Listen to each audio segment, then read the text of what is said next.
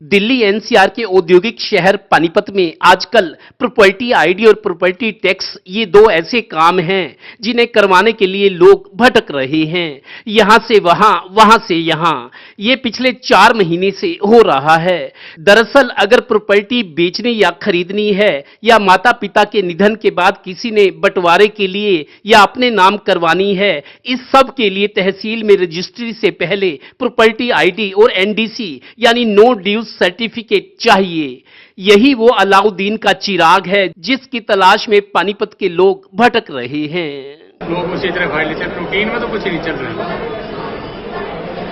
एक चीज मतलब इतनी दिल एक आदमी था यहाँ, उसकी मतलब एनडीसी नॉन ड्यूज सर्टिफिकेट दे दिया, उसके बाद फिर ड्यूज निकाल दी। दरअसल पानीपत नगर निगम ने जिन दो प्राइवेट कंपनियों को अलग अलग समय में प्रॉपर्टी सर्वे का ठेका दिया था, दोनों ने ही सर्वे में कथित तौर पर गड़बड़ियां कर दी।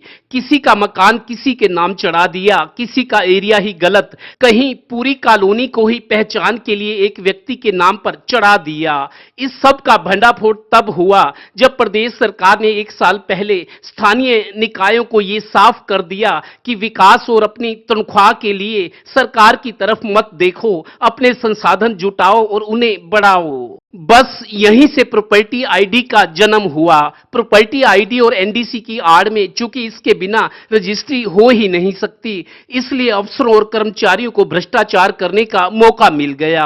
नगर निगम में दलाल हावी हो गए। बात चंडीगढ़ के गलियारों तक पहुंची तो सरकार हरकत में आई। पानीपत शहरी के विधायक प्रमोद विज ने इसी महीने 17 सितंबर को नगर निगम के टैक्स ब्रांच में सरप्राइज चेक किया। पूरा मीडिया पहुंचा, विधायक जी सुर्खियां बन गए। ये 17 सितंबर की बात है। 2 हफ्ते बाद यानी 30 सितंबर को टोटल न्यूज ने दफ्तर में जाकर जानना चाहा कितना सुधार हुआ है। ये पहला नमूना। चलो, कोई सुधार नजर आ रहा है विधायक जी के आने के? ऐसा है, चीजें सिस्टमैटिक वे में तो आने लगी हैं, बट कितना टाइम लगेगा वही बात है। जड़ों में अगर चीज बैठी हो तो उसको निकालने के लिए कितना टाइम लगेगा ये नहीं पता कि सुधार पे कितने दिन में कितना सुधार हो जाएगा। केस नंबर 2 ये है शहर के प्रतिष्ठित बिजनेसमैन और बीजेपी से जुड़े राकेश चुघ। इन्हें भी रजिस्ट्री के लिए प्रॉपर्टी आईडी चाहिए थी। तंग होकर इन्होंने बीजेपी विधायक का नगर निगम के अफसर को फोन कराया, पर काम तब भी नहीं हुआ। मेरी आईडी बनने में पूरे 8 महीने लगे। उसके लिए मुझे मालूम है कि मैंने कितने लोगों से झगड़ा किया। सिर्फ एक 15,000 रुपए की रिश्वत बचाने के लिए मैंने कितने आदमियों से बुराई मोल ली और उसमें मैंने अपना कितना नुकसान किया। मुझे पता है कि उस आईडी के चक्कर में मेरा लाखों रुपए का नुकसान हुआ। चक्कर काटने पड़े।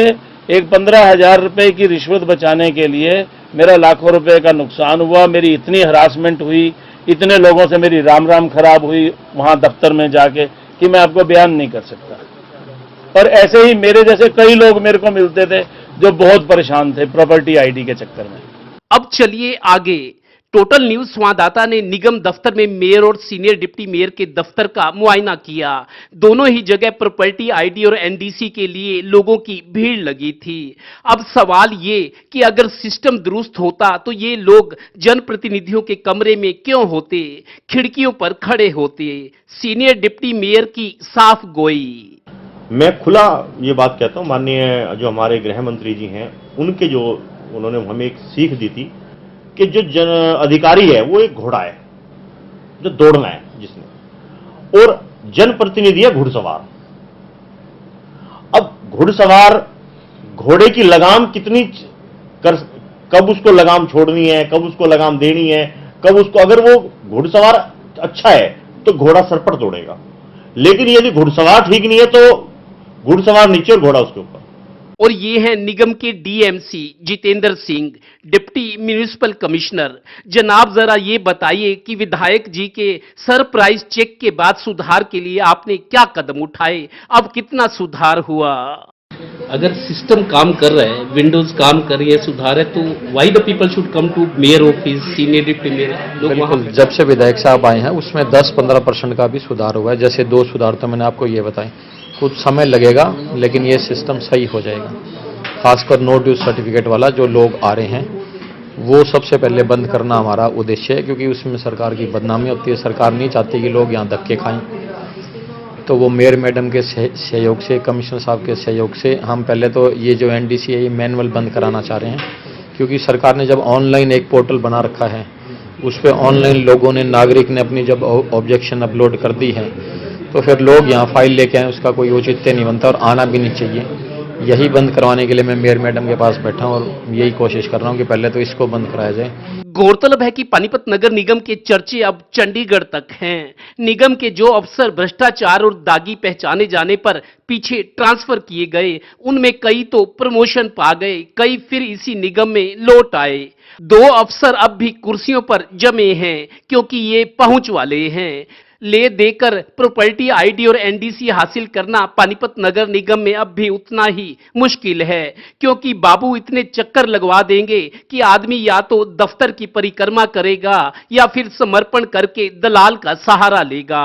बड़ा सवाल ये कि इस सब गड़बड़ झाले के लिए आखिर जिम्मेदार कौन है? अफसर, कर्मचारी, निगम पार्षद, मेयर, सीनियर डिप्टी मेयर और डिप्टी मेयर, आखिर कौन? हैरानी ये भी कि बीजेपी विधायक और सांसद क्यों बेबस हैं? तब जब यहाँ के लोगों ने चाहे मेयर चुनाव हो, विधानसभा या लोकसभा, बीजेपी की वोटों से झोली भर दी। लोग अब सोच रहे हैं, सलीका सीख ले परवाज, परवाज पक्षी को कहते हैं। सलीका सीख ले परवाज सा उड़ने से पहले तू, गिरेगा मुंह के बल जो पर निकलते ही उड़ेगा तू।